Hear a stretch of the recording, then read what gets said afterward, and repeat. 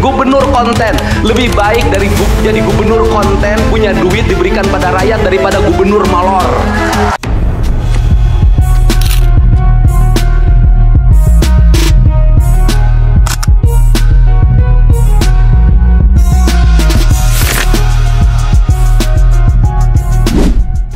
Pada tanggal 20 Mei 2025, Kang Deddy selaku Gubernur Jawa Barat, dia menghadiri upacara Hari Kebangkitan Nasional di lapangan Gasibu, Gedung Sate, Kota Bandung.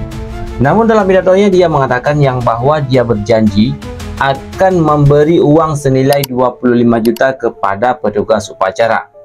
Begitu dia menjelaskan dalam pidatonya. Ini bisa kalian bahagia.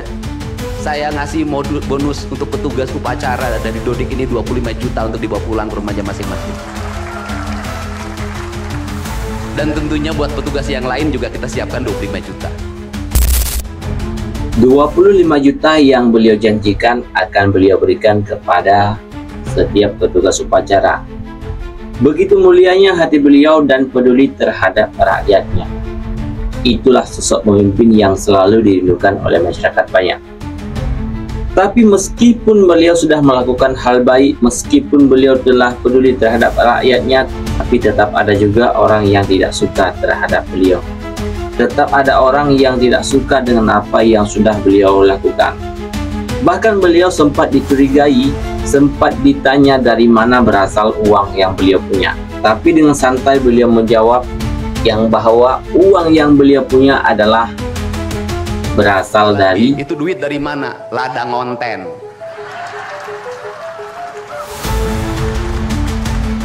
Saya selalu ditanya, Pak Deddy duitnya dari mana ngonten?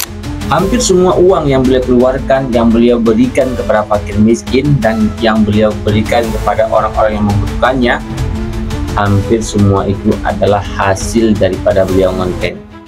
Bahkan beliau sempat dinyindir oleh orang lain, beliau adalah gubernur konten.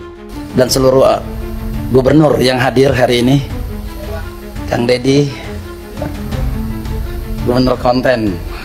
Nah, mantap nih Kang Deddy. Nah, meskipun beliau disindir hal demikian, tetapi beliau menjawab dengan tegas dan santai. Habis itu dipasarkan lagi, gubernur konten. Lebih baik dari jadi gubernur konten, punya duit diberikan pada rakyat daripada gubernur molor. Bener nggak? Ya kan, daripada gubernur tidur, gubernur protokoler. Itulah tingkah laku kebanyakan manusia yang ada di Indonesia ini. Banyak yang suka nyinyir, banyak yang iri terhadap apa yang dilakukan orang lain. Dan satu hal yang perlu kita ingat, di Indonesia ini bila kita ingin melakukan kebaikan, itu orang tersebut harus memiliki mental yang kuat.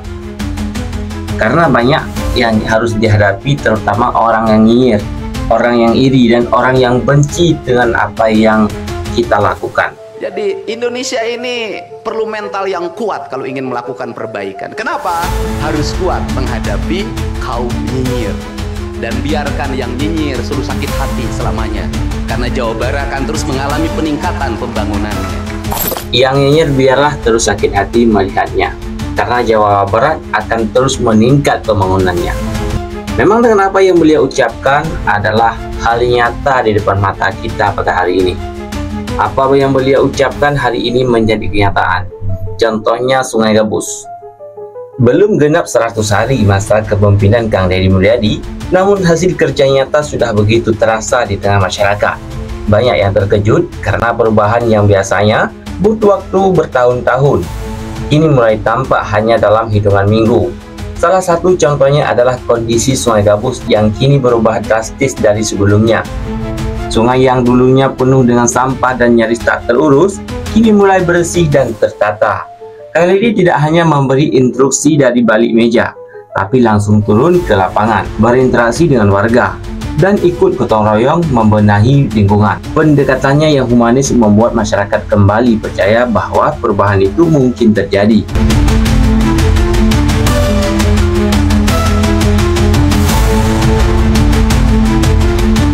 Video ini merekam secara langsung proses perubahan tersebut, mulai dari aksi bersih-bersih, obrolan hangat dengan warga sekitar, hingga respon masyarakat yang mulai antusias menjaga hasil yang telah dicapai.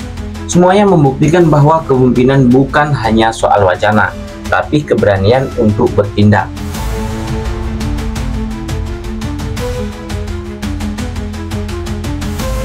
Saksikan bagaimana Kang Deddy membuktikan bahwa kerja nyata tak butuh banyak waktu untuk menunjukkan hasil.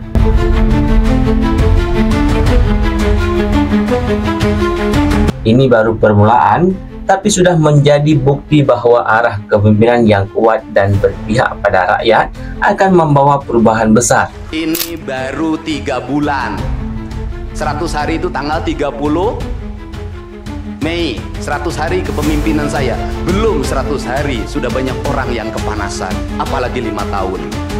Belum genap 100 hari masa kepemimpinannya, sudah banyak yang merasakan kepanasan. Apalagi dia menjabat selama 5 tahun. Itulah sindiran keras Kang Deddy Mulyadi bagi orang-orang yang tidak suka dengan kinerjanya pada hari ini. Memang betul kata-kata Gus Dur kepada Kang Deddy Mulyadi hari ini terbukti.